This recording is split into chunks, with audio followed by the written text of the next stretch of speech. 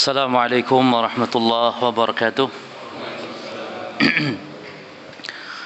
Alhamdulillah rabbil alamin, wassallallahu wasallama wa baraka ala nabiyyina Muhammadin wa ala alihi wa ashabihi ajma'in, amma ba'd. Para jamaah kaum muslimin wal muslimat, ta'azzakumullah. Kita melanjutkan sifat salatin Nabi sallallahu alaihi wasallam yang diambil dari kitab Al-Wajiz fi Fiqhi Sunnati wal Kitabil Aziz, karya Syekh Abdul Azim Badawi hafizahullah. Pada pembahasan yang lalu tentang sujud, muallif membawakan sebuah hadis bahwa sujud itu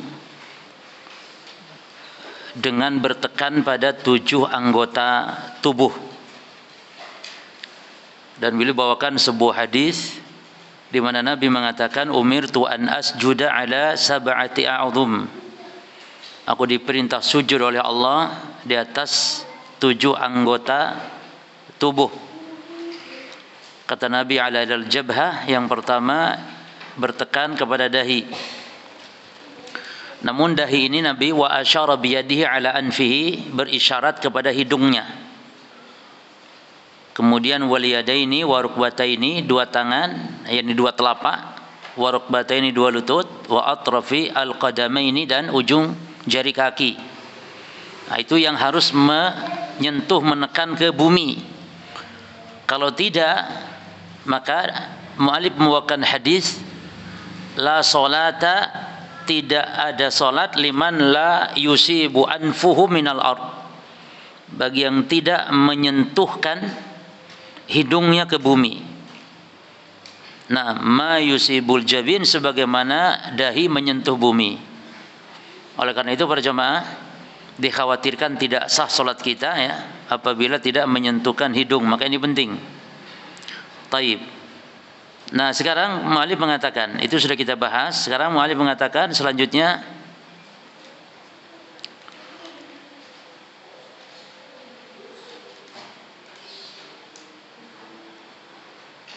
wa kana yatma'innu fi sujudihi, dan beliau, yakni Rasulullah SAW, tumakninah di dalam sujudnya. Ya, tumakninah dalam sujud, tumakninah dalam ruku', tumakninah dalam i'tidal, tumakninah di dalam rukun-rukun salat. Dan arti tumakninah apa para jemaah? Tumakninah yakni as-sukunu biqadri dzikril wajib. Tumakninah itu yakni diam selama zikir yang wajib. Yani kalau kita sujud, tumakninah maknanya kita diam, tidak mengangkat kepala sebelum selesai kita zikir yang wajib. Nah, wa yaqulu, dan beliau membaca dalam sujudnya, subhana rabbiyal a'la thalathan, subhana rabbiyal a'la 3 kali, wa kana yaqulu anwa'an minal adhkari wal adiyah, dan beliau Rasulullah membaca beraneka ragam, macam-macam dari zikir dan doa. Bukan semuanya dibaca, tapi taratan hadza wa taratan hadza. Terkadang membaca yang ini, terkadang membaca yang itu. Terkadang membaca yang itu, terkadang membaca yang ini. Di sini penting para jemaah, ada beberapa poin penting yang perlu kita catat. Yang pertama, disunahkan dalam ruku' dan di dalam sujud bacaan-bacaan zikir yang Nabi ajarkan, dan ini sifatnya tauqifiyah, sifatnya paten ya. Tidak boleh dirubah, ditambah, diganti, enggak boleh. Karena bisa jadi zikir itu kan banyak lafadznya, bisa Allahu Akbar zikir, subhanallah zikir, ya alhamdulillah zikir. Tapi zikir di sini harus yang ditetapkan Nabi. Nah, semua zikir-zikir salat termasuk ruku', sujud, itu zikir sifatnya tauqifiyah, hatta ba'da sholahnya. Tidak boleh ditambah, tidak boleh dikurangi.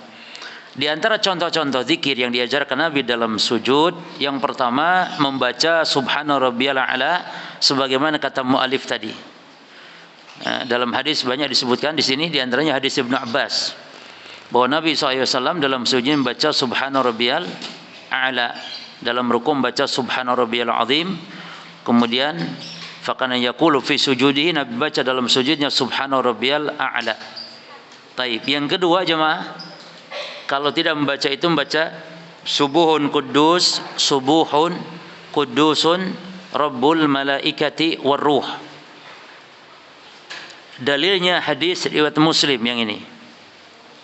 Dan kaidahnya ya, kalau Nabi mengajarkan aneka ragam lafaz-lafaz zikir, maka kita baca seluruhnya secara bergantian. Terkadang baca yang itu, terkadang baca yang ini. Sebagaimana disebutkan tadi oleh mu'alif kitab Al-Wajiz ini. Ya. Disebutkan dalam kitab ini Nabi membaca taratan hadza wa taratan hadza. Terkadang yang ini, terkadang yang itu beliau membaca. Jadi membaca subuhun quddus rabbul malaikati warruh selain dari subhana rabbiyal a'la. Aisyah menceritakan anna Rasulullah sallallahu alaihi wasallam kana yaqulu fi ruku'ihi wa sujudihi. Nabi membaca dalam ruku' dan sujudnya. Nah, berarti ruku' juga ini. Ruku' dan sujudnya subuhun quddus rabbul malaikati warruh. Rabbul malaikati warruhi. Nah, itu yang kedua ya. Yang ketiga jamaah yang dibaca juga dalam ruku' sujud sama.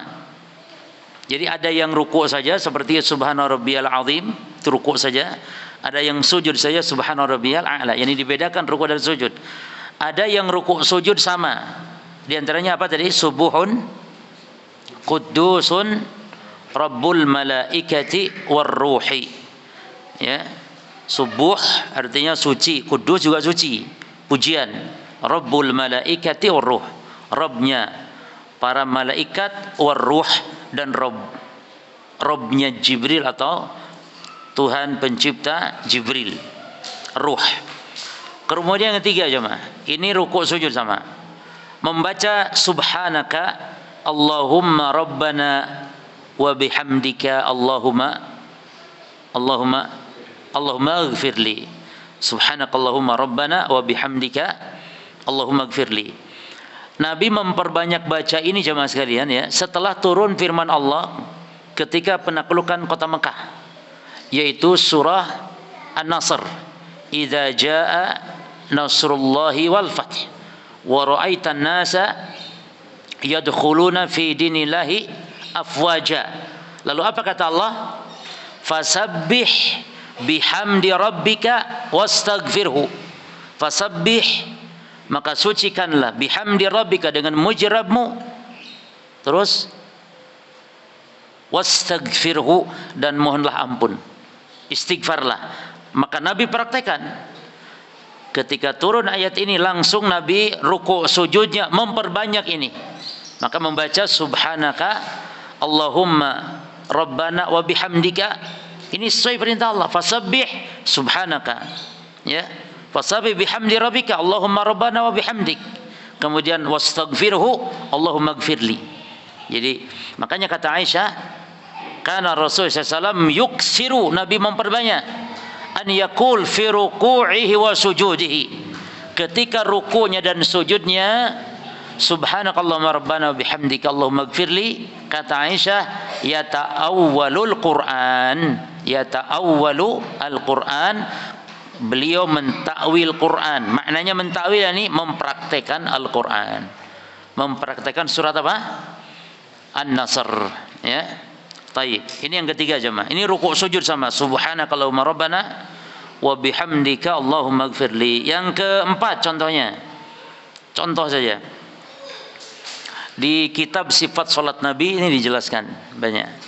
Tapi yang keempat, membaca Allahumma laka, ini sujud saja. Allahumma laka sajadtu wa bika amantu wa laka aslamtu sajada wajhi lilladzi khalaqahu wa sawwarahu wa syaqqa sam'ahu wa basarahu tabarakallahu ahsanul khaliqin.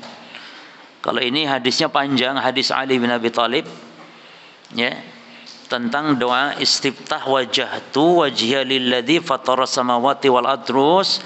Jadi Nabi membaca istiftahnya itu, wajhatu wajhiya lilladzi fatara samawati wal ardh hanifan wa ma ana minal musyrikin inna salati wa nusuki wa mahyaya wa mamati lillahi rabbil alamin la syarika lahu wa bidzalika umirtu wa ana minal muslimin Allahumma antal maliku. Itu lanjutannya jemaah. Maka keliru kalau motong sampai wa ana minal umirtu wa ana minal muslimin, keliru. Ada. Bahkan justru keindahan wajah tu ini Di sini jemaah. Ketika digabungkan antara pujian dan doa, itu keindahan wajah itu. Dan kita kalau meresapi, merenungi, memperhatikan, bisa nangis baca wajah itu ini. Ya, belum apa-apa tuh, belum baca Fatihah, baca wajah itu ini sudah nangis. Coba, cuman ya itu dilanjutkan, makanya nggak nangis-nangis karena nggak pernah dilanjutkan. Itu yang bikin baper nangis itu setelahnya, Allahumma lakal malik, la ilaha illa anta rabbi wa ana abduk, dhalamtu nafsi fa'tarabtu bi dhanbi faghfir li dhunubi jami'an. Innahu la yaghfiru dhunuba illa an wahdini li ahsanil akhlaq la yahdi li ahsaniha illa ant wasrif anni sayyi'aha la yasrifu anni sayyi'aha illa ant labbaika wa sa'daika wal khairu kulluhu bi yadaik wasyarru laysa ilaika ana bika wa ilaika wa tabarakta wa ta'ala astaghfiruka wa atubu ilaik. Sampai situ panjang. Lalu ketika ruku baca apa Nabi? Ketika sujud ini dia. Ketika sujud, wa idza sajada, ini hadis panjang, hadis Ali bin Abi Thalib. Wa idza sajada qal. Kalau sujud boleh baca yang tadi. Allahumma laka sajadtu wa bika amantu wa laka aslamtu. Sajada wajhi lilladzi khalaqa wa sawara wa syaqa sam'ahu basarahu. Tabarakallahu ahsanul khaliqin. Ini hadis riwayat Imam Muslim.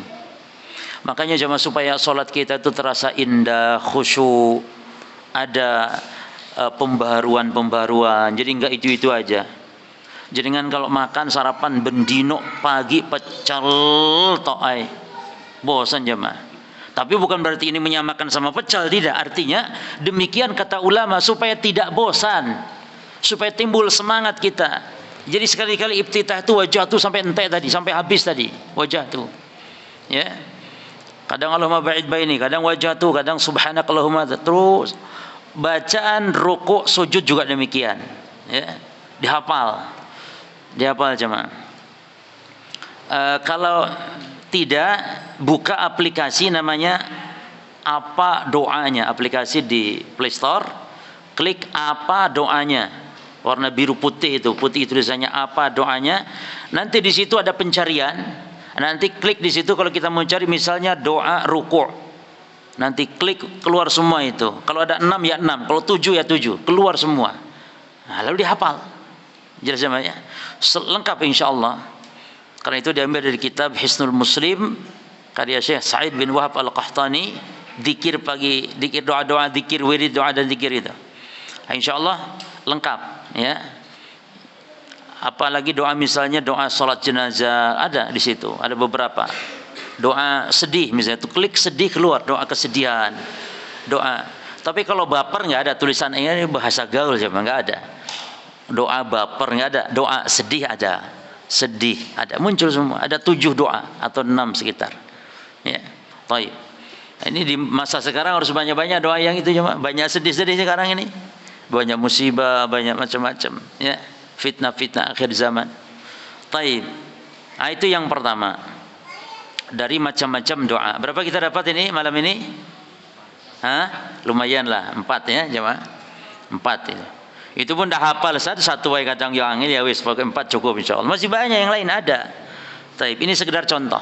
Lalu penulis kitab Al-Wajiz hafidhahullah mengatakan wa kana ya'muru bil ijtihadi wal iktsari minad du'a fi hadzal rukni. Dan beliau Rasulullah memerintah untuk kita bersungguh-sungguh sujud ini, memerintah beliau Rasul bersungguh-sungguh wal iksar dan memperbanyak minad du'ai, dari doa fi hadza rukni, pada rukun ini pada sujud ini. Sujud rukun salat. Makanya salat dinamakan sujud. Ini sesuatu dinamakan dengan rukunnya. Salat dinamakan ruku' juga karena dia sesuatu boleh dinamakan dengan yang paling urgennya, boleh. Seperti salat dinamai sujud. Rabi'ah bin Ka'ab al-Aslami pernah dia melayani Rasul terus ya, setiap malam Rasul dilayaninya, mungkin menyediakan apa yang menjadi kebutuhan Nabi, mungkin tempat wudunya, air wudunya, terompahnya disediakan malam. Lalu Nabi tanya dia sebagai bentuk membalas jasa kebaikan. Kata Nabi, "Sal ya Rabi'ah." Rabi'ah, minta apa kamu? Saya beri, kamu minta apa? Kamu sudah baik melayani saya. Minta apa? Kata Rabi'ah, murafaqataka fil jannah. Ya Rasul, saya minta satu saja ya Rasul. Apa itu? Tolong doakan saya supaya saya bisa bersamamu di surga. Itu saya cita-cita saya. Murafaqataka fil jannah. Kata Nabi, au ghairu dzalik, atau yang lain. Maksud itu yang lain. Minta apa? Kata Rabi'ah, huwa dzaka ya Rasulullah. Tidak ya Rasul. Itu yang saya minta. Murafaqataka fil jannah. Subhanallah, ini tingginya cita-cita para sahabat. Enggak muluk-muluk. Kalau antum ditanya sama Rasul minta apa, paling minta duit. Minta duit ya Rasul, minta pangkat, jabatan, dunia. Tapi para sahabat minta bersama beliau di surga. Dan Nabi tidak gampang menjamin, padahal sudah diberi izin oleh Allah atau sudah memiliki modal untuk itu. Nabi tidak langsung oke, siap, kamu wis nomor 1, wis tak jamin kamu. Enggak. Tapi kata Nabi, fa'ini ala nafsik bikathratis sujud. Nah, ini dia. Bantu aku supaya cita-citamu tercapai, kamu perbanyak sujud. Apa makna sujud? Apakah perbanyak sujud begini? Apa makna sujud dalam hadis ini? yakni perbanyak salat sunnah. Nah, itulah keistimewaan salat sunnah. Secara umum salat sunnah bukan salat wajib ya. Salat sunnah secara umum adalah orang yang memperbanyak. Nabi mengatakan bikasratis sujud. Bukan salat sunnah tok, perbanyak terus setiap hari. Rawatibnya, salat sunnah mutlaknya, salat sunnah yang lainnya. Terus perbanyak. Apa di antara fadilahnya jemaah? Akan berkumpul bersama Nabi di mana? Di surga. Karena ini dasarnya tadi Rabi'ah bin Ka'ab al-Aslami minta itu. Murafaqataka fil jannah. Maka jemaah sesuatu dinamakan dengan rukunnya, dengan hal yang urgen. Quran, Allah menyebut wa Qur'anal fajr. Salat subuh, salat fajr dinamakan Quran. Karena memang yang paling urgen dalam salat juga adalah apa? Bacaan. Al-Fatihahnya, bacaan. Maka salat itu banyak namanya. Disebut Quran, disebut ruku', disebut sujud. Ya, seperti dalam perkataan mu'alif. Fi hadar rukni. Ya, bersungguh-sungguh memperbanyak doa pada rukun ini, yaitu pada sujud ini. Taib. Dua faedah di sini jemaah. Ada dua faedah di sini. Yang pertama, yustahabbu doa, dianjurkan doa. Bukan wajib jemaah ya, tidak wajib. Tapi dianjurkan doa fis sujud, pada saat sujud. Dan di dalam salat itu tempat doa cuma 3 jemaah. Bukan 4, 3 saja tempatnya doa dalam salat. 1 ketika sujud. Yang kedua ketika dubur salat sebelum salam, ujung salat sebelum salam. Yang ketiga jika ada kunut, maka saat berdiri. Kapan berdirinya jemaah? Di rakaat akhir, sebelum atau setelah ruku'. Ingat, kapan berdiri di dalam salat kita berdoa? Jawabannya di rakaat akhir. Gak boleh yang bukan di rakaat akhir. Gak boleh jemaah. Doa yang disebut dengan kunut. Kenapa disebut kunut? Karena doanya saat berdiri. Kunut itu berdiri artinya. Karena yang dicontohkan, yang diperintahkan saat rakaat akhir. Namun boleh qabla ruku' dan boleh ba'da ar-ruku'. Jadi antum jangan sok tahu kalau ada imam kunutnya sebelum ruku', jangan antum subhanallah ojo. Karena memang itu disyariatkan. Cuman kalau seperti itu ya imam harus apa ya? Harus menjelaskan dulu supaya jangan sampai salah paham. Ya. Atau makmumnya ya belajar fikih, gitu loh jemaah. Jangan selama ini kan mungkin orang nyangkanya kunut itu kapan? Ba'da ruku' saja, sebelum ruku' dianggap salah. Jadi kunut itu doa saat berdiri di dalam salat ketika rakaat akhir, baik qabla ruku' ataupun ba'da ar-ruku'. Nah, inilah 3 tempat dalam salat untuk kita berdoa. Yang kita kaji sekarang di mana? Doanya di mana sekarang? Yang kita kaji sujud, ya. Baik, mana dasarnya jemaah? Hadis Abu Hurairah dalam riwayat Imam Muslim, Nabi SAW mengatakan aqrabu ma yakunul abdu min rabbih wa huwa sajidun. Sedekat-dekat, perhatikan jamaah, subhanallah, luar biasa hadis ini memotivasi kita ya, semangat sholat, semangat doa dalam sujud. Apa enggak tertarik kita, kata Nabi, sedekat-dekat Allah dengan hamba, sedekat-dekat Allah di atas langit, di atas arasnya istiwa. Namun sedekat-dekat Allah dengan hamba dalam mengijabah doa saat hamba sedang sujud, maka perbanyak doa, kata Rasulullah. Nabi tidak perintah doa, tidak, tapi perbanyak doa. Fa'aksiru doa. Jadi kalau memperbanyak, menunjukkan ini sangat momen yang luar biasa. Menyesal jamaah, menyesal kalau kita sudah meninggal dunia. Ingin rasanya kita sujud kepada Allah walaupun sejenak, hanya sekedar untuk berdoa kepada Allah. Nah, kita sekarang diberi umur panjang, alhamdulillah, masih diberi kesempatan, alhamdulillah, perbanyak jemaah doa. Tentu doanya tidak mengganggu makmum jika itu imam yang sedang berjamaah. Jadi kalau bisa imam jangan panjang atau jangan doa kalau imam. Ini barangkali makmum ya, barangkali di dalam Solat sunnah silakan panjang, mau 4 jam silakan.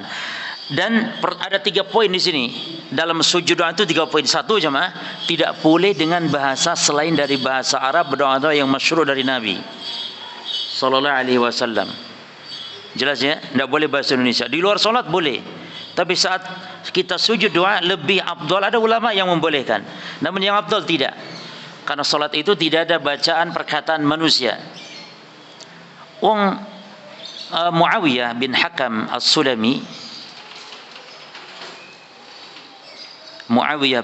As-Sulami, nah, yang dia pernah nampar budaknya, lalu budaknya mau dimerdekakan karena menyesal. Lalu kata Nabi, jangan dulu, harus dicek ini budak mukminah atau bukan. Lalu Nabi tanya, di mana Allah? Lalu anak tadi mengatakan Allah fis sama. Siapa aku? Anta Rasulullah. Lalu dibebaskan. Karena budak yang dibebaskan hanyalah budak yang beriman jemaah. Kalau budak kafir nggak boleh dibebaskan. Supaya tetap dia menjadi budak di kita, bukan berarti kita ingin berbuat dolim sama budak yang kafir, bukan itu tujuannya. Tetap haram kita berbuat dolim kepada budak yang kafir, haram. Tujuannya apa? Agar budak ini nanti mendapatkan hidayah karena hidup di keluarga muslim. Itu maksudnya. Jadi Allah ini sayang, ya. Maka jangan dimerdekakan, karena kalau dimerdekakan budak kafir ini akan kembali ke negerinya, ke kampungnya, ke keluarga yang kafir, nanti akan tetap dia dalam kekufuran. Itu hikmahnya. Harus yang mukminah. Itu yang pertama jemaah. Yang kedua, tidak boleh mengkhususkan sujud akhir saja jemaah. Tidak boleh. Bahkan itu bid'ah namanya. Bid'ah kalau berkeyakinan sujud akhir lebih afdal untuk doa daripada sujud-sujud yang lainnya. Dan banyak yang berbuat bid'ah seperti ini. Banyak itu. Ada imam, bahkan imam biasanya, kenapa dibedakan sujud akhir dengan sujud sebelumnya? Iya kan doa. Kenapa doa harus sujud akhir? Mana dalilnya? Kalau tidak berkeyakinan sih tidak masalah. Yang berkeyakinan lebih afdal, lebih utama, lebih diijabah, ini yang bid'ah maksudnya. Jelas jemaah? Karena menetapkan waktu ibadah, menetapkan bilangan-bilangan ibadah, menetapkan sebab-sebab ibadah, tidak ada dalilnya, jatuhlah kepada bid'ah. Jelas ya? Taib. Itu diantara poin penting. Kemudian yang ketiga faedahnya, tidak boleh doa di dalam sujud bagi makmum dengan menyelisihi mengikuti imam. Karena mengikuti imam hukumnya wajib. Sementara doa dalam sujud hukumnya apa tadi? Yustahabbud du'a, sunnah saja. Sunnah. Kalau enggak pun tidak dosa. Tapi mengikuti imam hukumnya wajib. Ada makmum yang doa lama doanya, sehingga ketika imam bangkit dari sujudnya, baca tahiyat, atau imam misalnya bangkit ke rakaat yang kedua misalnya, ini makmum masih apa?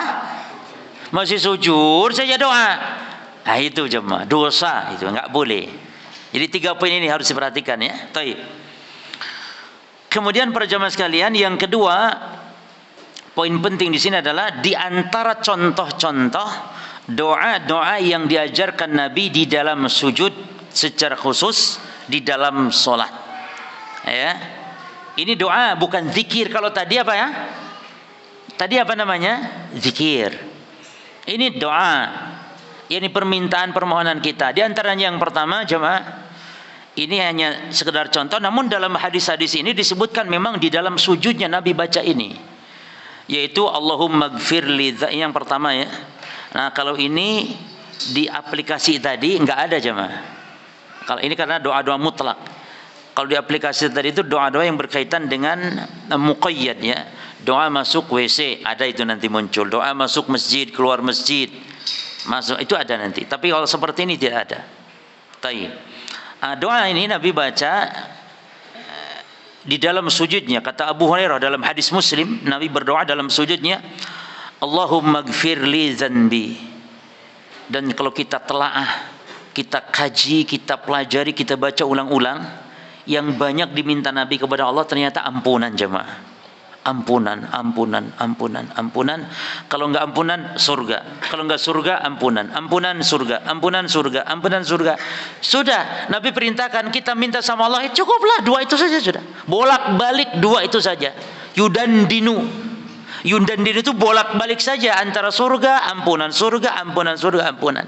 Enggak ada yang kita butuh dari Allah kecuali dua ini saja sudah. Ya. Artinya, jemaah, jangan sampai kita lalaikan ini. Minta rezeki, minta jodoh, macam-macam sama Allah, minta kawin lagi, minta poligami. Giliran ampunan tidak pernah. Apalagi surga. Ya. Ini penting ini. Perhatikan doa Nabi dalam sujud, Allahumma gfir li dhanbi kullih. Atau kullahu. Allahumma gfir li dhanbi kullahu. Subhanallah, sampai Nabi merinci. Diqqahu wa jillahu. Ya Allah, ampuni dosaku seluruhnya ya Allah. Diqqahu wa jillahu. Yang diqqahu, yang sedikitnya ya, wa jillahu, dan yang nampaknya, yang samar-samar yang nampak doa dosa tersebut. Wa awwalahu wa akhirahu, yang awal dan yang akhirnya, subhanallah. Wa alaniyatahu wa sirrahu, yang terang-terangan dan yang tersembunyi dosa itu. Karena kita dosa bukan hanya yang terang-terangan saja. Mungkin terang-terangan orang tidak dosa, tapi saat tersembunyinya, ya. Ini luar biasa jemaah. Subhanallah. Apalagi kalau sedang buka HP ini, naudzubillah min dzalik jemaah. Kalau sudah buka HP, ya, berselancar dengan internet sudah, ya Allah, semuanya ada. Kadang-kadang kita lagi dengar kajian masyayikh, kajian syekh, muncul wanita telanjang, seret. Muncul lagu bujul dangdut semacam. Muncul yang paling banyak TikTok itu, saya paling jengkel itu. Sekarang ini kan YouTube katanya apa namanya? Iya, iklan tuh harus ya. Walaupun kita nggak masang, cuman ada semacam program mereka yang ndak ada iklan kalau kita nyetel YouTube, tapi bayar. Sebulan berapa jam? 60.000. Alah, jam 60.000. 60.000 loh sebulan. Jadi piro sehari berapa? 2.000. Alah, ada apa-apa. Insya Allah berkah. Ya, supaya kita aman dari apa? Munculnya iklan itu loh ketika kita nonton YouTube. Nah, ala kulli hal, dosa-dosa seperti itu kan, ya, samar. Gitu. Orang tidak tahu, tapi Allah Maha tahu. Maka Nabi minta ampunan kepada Allah semuanya. Allahumma gfiri dhanbi kullahu diqqahu wa jillahu wa awalahu wa akhirahu wa alaniyatahu wa sirrahu. Ya, ini contoh satu. Contoh yang kedua jemaah. Allahumma gfirli dalam sujud. Lihat, Allahumma gfirli lagi. Nabi itu yang sudah diampuni dosanya yang lalu dan yang akan datang, tapi minta sama Allah, Allahumma gfirli ma asrartu wa ma a'lantu. Ya. Ini dalam hadis Aisyah. Pernah suatu malam itu Nabi sedang tahajud, lalu Aisyah meraba-raba. Faqadtu Rasulullah sallallahu alaihi wasallam min madja'ihi. Ketika malam itu mungkin Aisyah radhiyallahu anha terbangun, saat itu Rasul bersamanya, namun kok diraba-raba sebelahnya kok tidak ada, kan gelap saat itu ya. Dan memang ini sunnahnya. Sunnahnya memang kalau tidur dimatikan lampu, gelap. diraba-raba, ya. Maka faj'altu altamisuhu. Lalu saya menyentuh Nabi, ya. Wa dhanantu annahu ata ba'dha jawarihi. Kata Aisyah, saya tadinya curiga, katanya, perempuan begitu, istri Nabi saja gitu jemaah. Sama suami, istri Nabi sekelas Aisyah saja begitu, apalagi istri siapa? Apalagi istri antum. Aisyah saja saya kira Nabi gilir ke rumah yang lain, padahal tidak mungkin. Kan nggak boleh jemaah. Suami yang poligami kalau sedang tidur di giliran istri yang satu, nggak boleh dia jima istri yang lain kecuali ada izin. Harus gitu. Nggak, jangan dianggap bebas jemaah. Punya istri 3 bebas saja semalam itu kemana-mana. Enggak, harus izin kalaupun mau, ya. Tidak boleh jemaah. Kalau sekedar berkunjung boleh, tapi kalau jima nggak boleh. Kata Aisyah, saya kira atau saya menduga Nabi ke sebagian dari jawarihnya, ya. Taib. Fa waqa'tu yadi alaihi. Ternyata saya menyentuh Nabi SAW, beliau sedang sujud. Ternyata wa yaqul, dan ternyata beliau sedang membaca doa, Allahumma ighfir lima asrartu wa ma a'lantu. Ya Allah, ampuni dosaku, baik yang aku rahasiakan atau yang aku tampakkan. Luar biasa jemaah. Hadis riwayat Nasai, hadis sahih ini. Baik, lihat ya, apalagi tadi ampunan.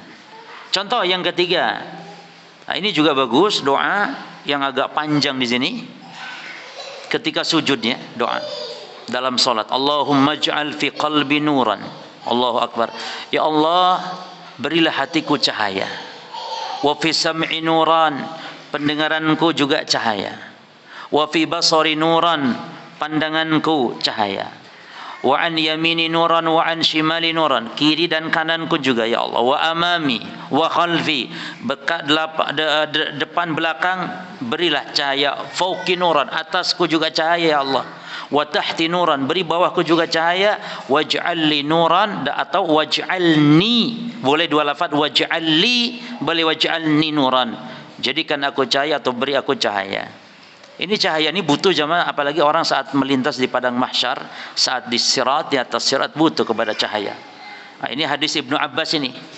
Ya, dalilnya ketika beliau tidur di rumah bibinya Maimunah, istri Nabi, beliau salat dalam sujudnya. Ibnu Abbas menceritakan dalam sujudnya. Ya, makanya kita yang tadi sebutkan doa-doa tadi, kenapa dicontohkan yang ini? Karena ini memang khusus dalam hadis-hadisnya itu disebutkan ketika sedang sujud. Adapun banyak doa-doa lain dalam salat, banyak, bebas, boleh apapun, ya. Nah, tambah satu lagi jemaah. Satu lagi contoh yang keempat. Allahumma a'udzu biridhaka min sakhatik wa bi mu'afatika min 'uqubatik wa a'udzu bika minka la uhsi sana'an 'alaik anta kama athnaita 'ala nafsik. Ini juga dibaca saat sujud, ya. Taib. Kemudian penulis mengatakan,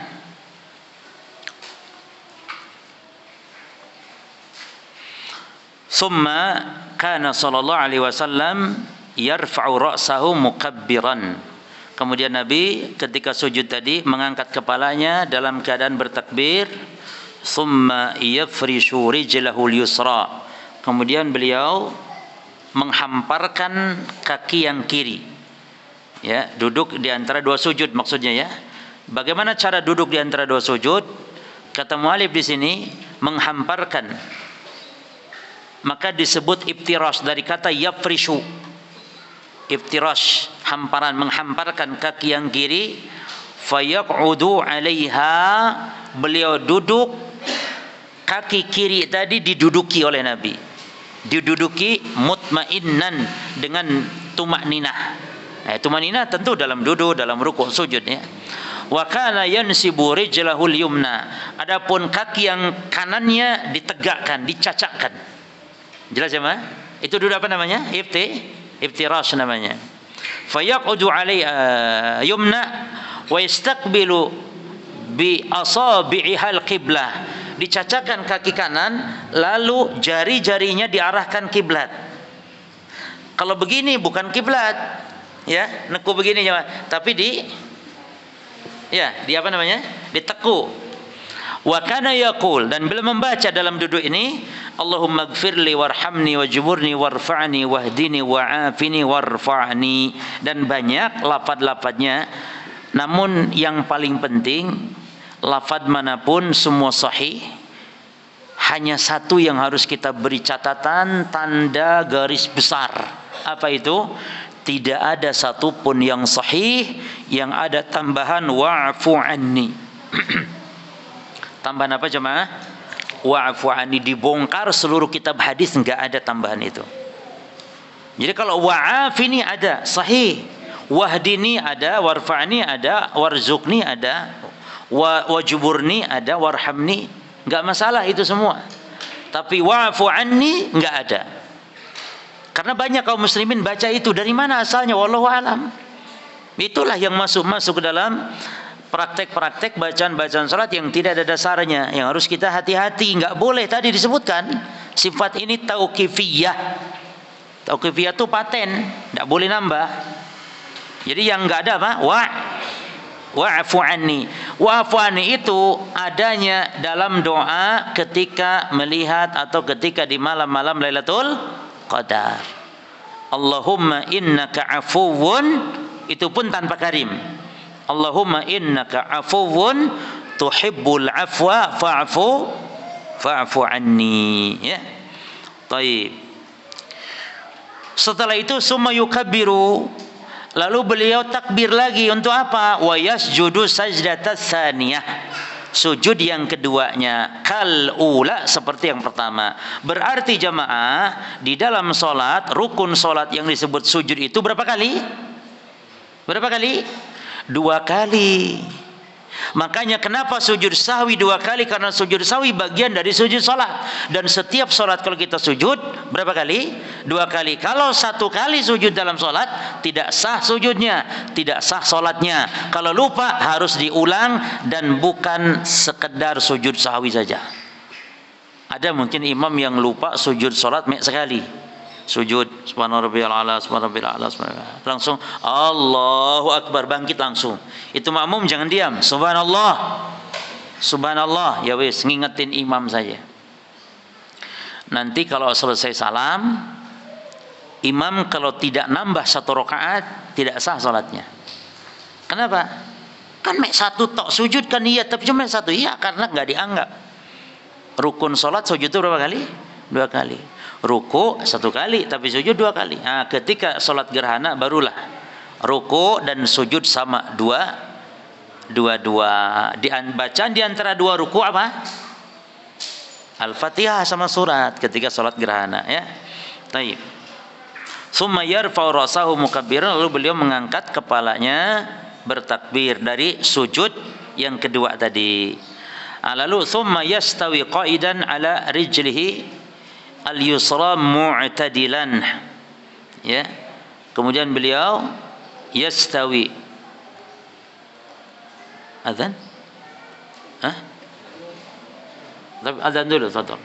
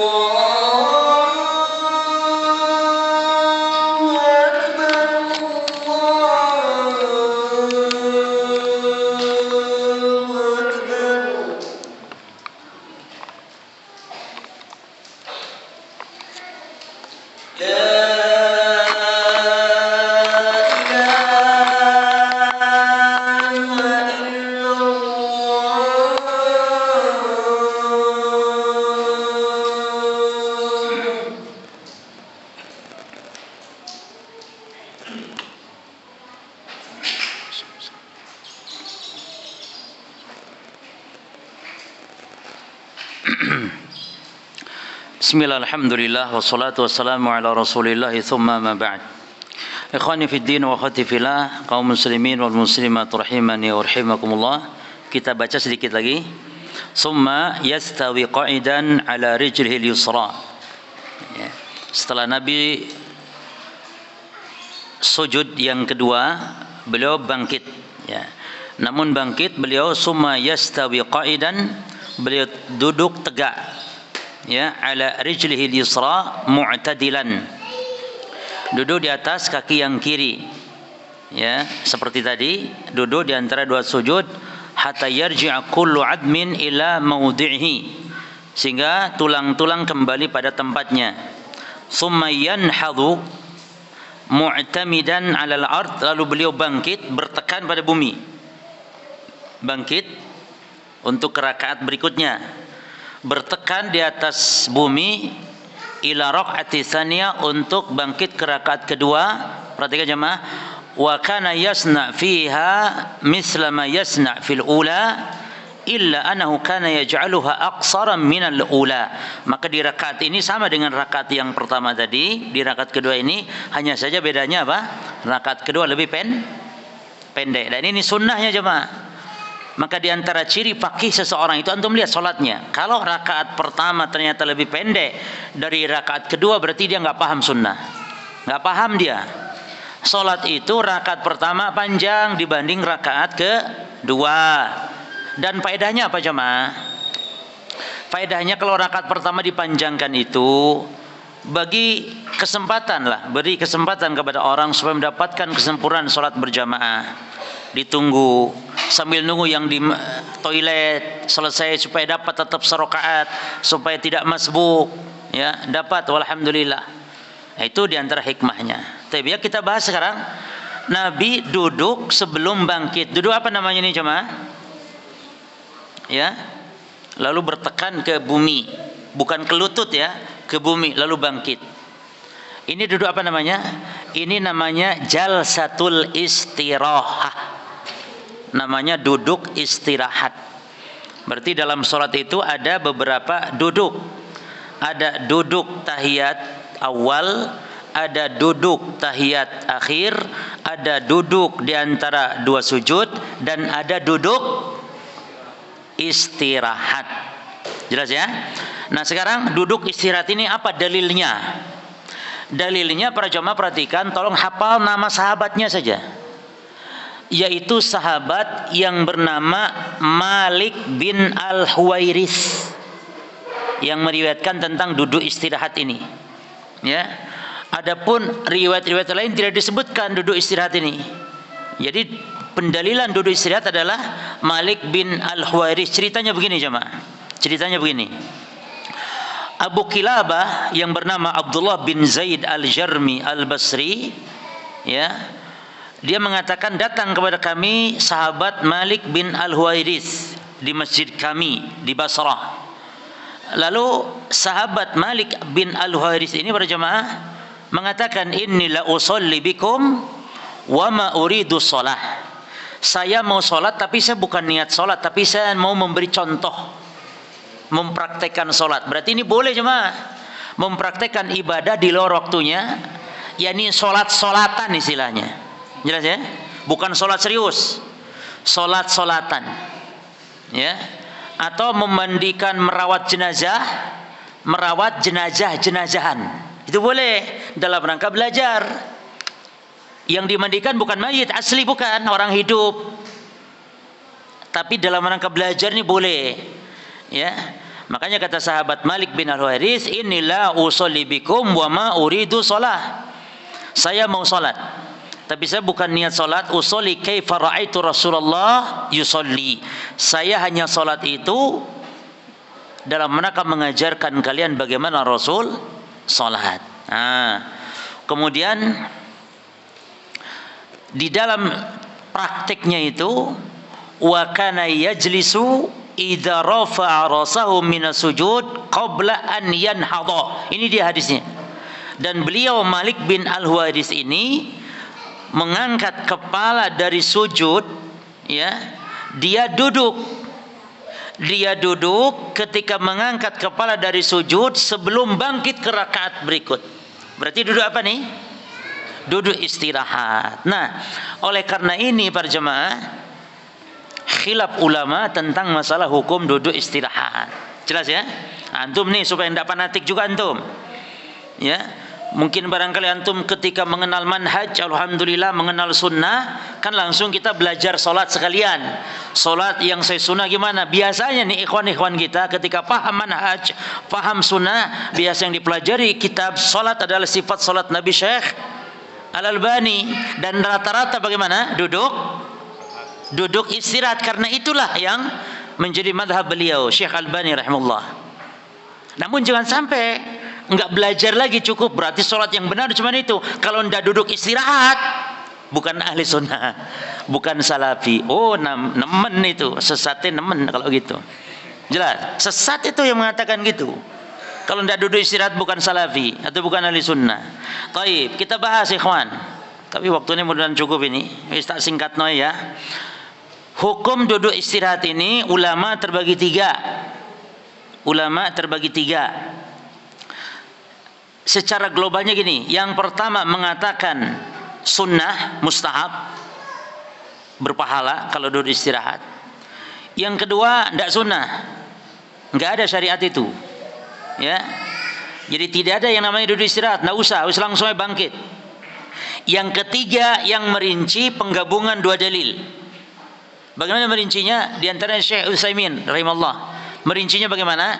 Merincinya duduk istirahat sunnah jika dibutuhkan. Jika dibutuhkan. Kalau tidak maka enggak usah. Kalau tidak butuh ya enggak usah, langsung aja bangkit. Bagaimana pendelanya? Karena para jamaah yang mengatakan ghair mustahabah, tidak disunahkan duduk istirahat, dan ini pendapat mayoritas jumhur ulama. Kenapa dasarnya ini? Kata Imam Nawawi, wa qala katsirun wa aktsaruna la yustahabbu bal idza rafa rasahu min sujud nahadha. Kata Imam Nawawi, kebanyakan ulama jumhur mayoritas tidak menganjurkan untuk duduk istirahat, tapi kalau bangkit dari ruku enggak usah. Langsung saja kalau bangkit dari sujud langsung saja bangkit.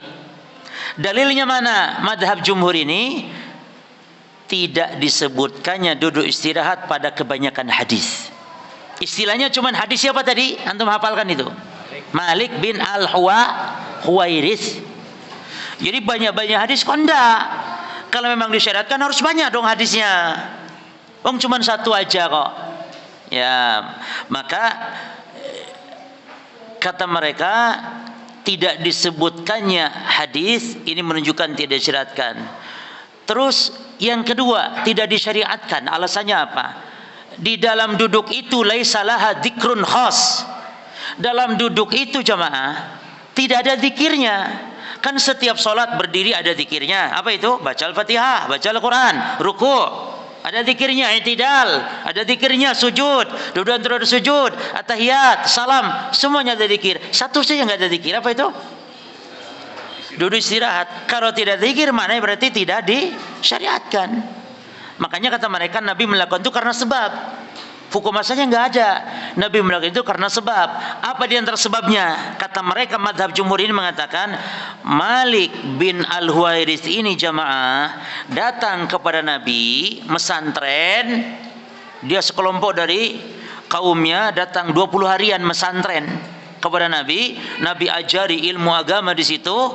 Itu datang kepada Nabi, di antaranya Malik Al-Huwairits, sehingga dia menceritakan praktek salat Nabi itu pada saat usia Nabi sudah sepuh, di akhir hayatnya Nabi. Sehingga kata mereka, makanya ini sebabnya Nabi kenapa duduk istirahat. Dulu-dulunya enggak. Nabi duduk istirahat karena memang butuh, karena beliau sudah sepuh, sudah tua, sehingga Nabi butuh untuk menopang duduk istirahat sebelum bangkit.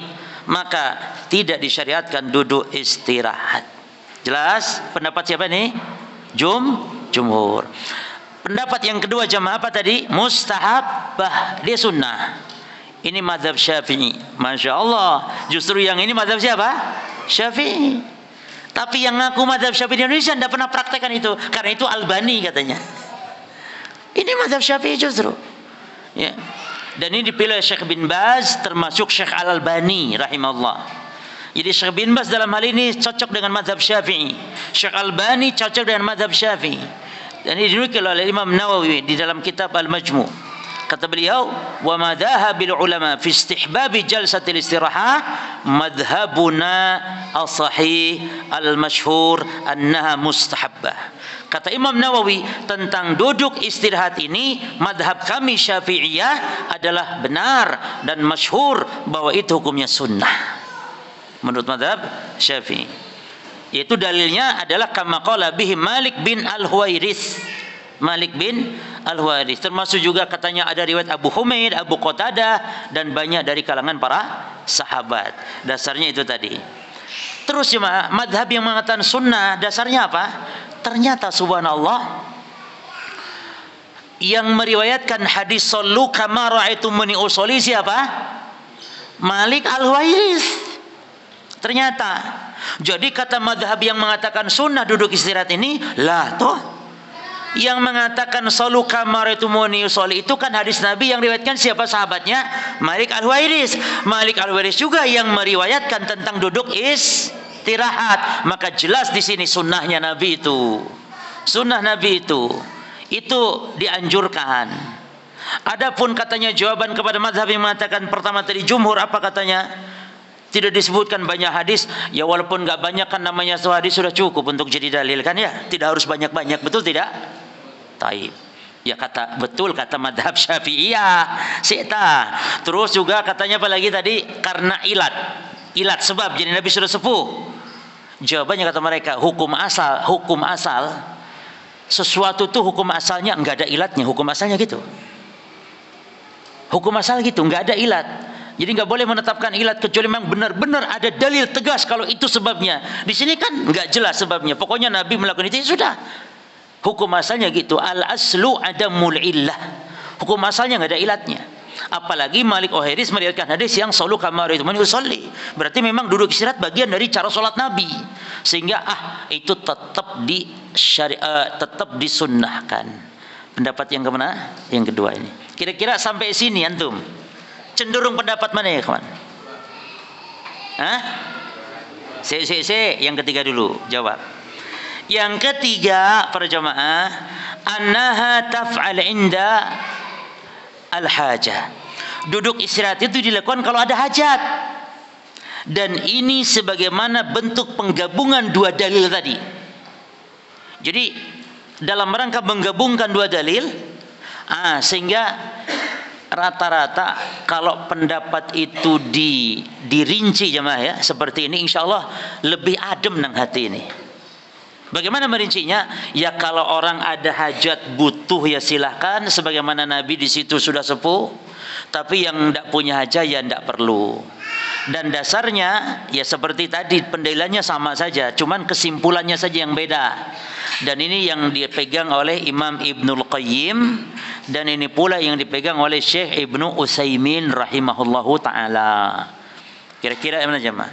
Yang jelas ini khilafiyah, lapang dada. Jangan memang kalau yang ndak duduk istirahat bukan salafi, yang istirahat pasti salafi, ndak itu. Apalagi manhaj bukan dihitung dari fikihnya. Manhaj itu dari akidahnya dan pemahamannya. Manhaj itu bukan dari fikih, dari akidah dan dari pemahaman. Taib. Setelah baca ini, setelah ana jelaskan ini supaya antum tidak fanatik lagi. Jelas ya? Antum mau langsung berdiri ya monggo nih Pak, saat itu mungkin antum tidak ada hajat untuk duduk istirahat, tapi kalau butuh lagi capek lagi apa istirahat duduk ya juga silahkan. Tapi jemaah saya kira cukup insyaallah. Ada pertanyaan sedikit kita jawab. Ada yang bertanya, jadi sekarang di zaman banyak fitnah katanya. Banyak fitnah ya. Ingat banyak sekali ya ini perpecahan dan mudahnya seorang dengan orang yang lain itu saling menuduh tanpa tabayun dan semisalnya. Tapi para jamaah sekalian, ya sebenarnya para penuntut ilmu tidak disibukkanlah dengan hal-hal seperti ini. Penuntut ilmu itu kan fokus belajar, mengamalkan ilmu. Adapun jangan terlalu cemburu kepada kesesatan seseorang sementara bukan kapasitasnya, karena dikhawatirkan jatuhnya kepada tadi menuduh. Kecuali kalau antum sekedar menyampaikan tahdziran, peringatan ulama kepada seorang dai, kepada seorang syekh atau kepada seorang ustadz mungkin. Itu pun jangan terlalu dalam antum sibukkan hal itu. Yang penting antum fokus belajar, ya. Jadi banyak tuduhan-tuduhan sekarang karena tugas ini hanya tugas ulama cuma. Kalau ada orang sesat, yang membantah itu bukan antum. Yang membantah bukan ana, yang membantah bukan kita. Yang membantah seperti itu harus ulama. Kalau ada orang sesat menyimpang, antum cukup laporkan, kok ada begini, sesat enggak ini, laporkan, nanti para ulama yang akan menyampaikannya. Demikian, mungkin di zaman fitnah lebih banyak diam itu lebih selamat daripada jatuhnya kita kepada kesesatan, kepada fitnah. Wal iyadu billah. Wallahu alam, subhanakallahumma bihamdika asyhadu an la ilaha illa anta astaghfiruka wa atubu ilaik. Wassalamualaikum warahmatullahi wabarakatuh.